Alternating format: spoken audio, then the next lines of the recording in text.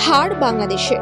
পাকিস্তানের বিপক্ষে 3 ম্যাচের টি-20 সিরিজের প্রথম ম্যাচে পাকিস্তানের কাছে 37 রানে হারল বাংলাদেশ। আগে ব্যাট করে পাকিস্তান তোলে 201 রান, জবাবে বাংলাদেশ থেমেছে 164 রানে। সিরিজে 1-0 ব্যবধানে এগিয়ে গেল পাকিস্তান। আর তাই বাংলাদেশকে হারিয়ে পুচকে দল বলে চরম অপমান করে যা বলল পাকিস্তানি অধিনায়ক সালমান আগা।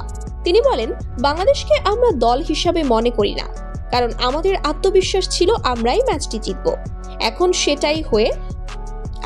সেটাই হলো। দর্শক, বিস্তারিত জানুন পুরো প্রতিবেদনে। লাহোরের গাদ্দাফি স্টেডিয়ামে টসে জিতে আগে ব্যাট করে নির্ধারিত 20 ওভারের খেলা শেষে 7 উইকেট হারিয়ে 201 রানের পুঁজি দাঁড় করায় পাকিস্তান। জবাব দিতে নেমে 164 রানের মাথাতে অল আউট হয়েছে বাংলাদেশ। 37 রানের জয় তুলে নেয় পাকিস্তান।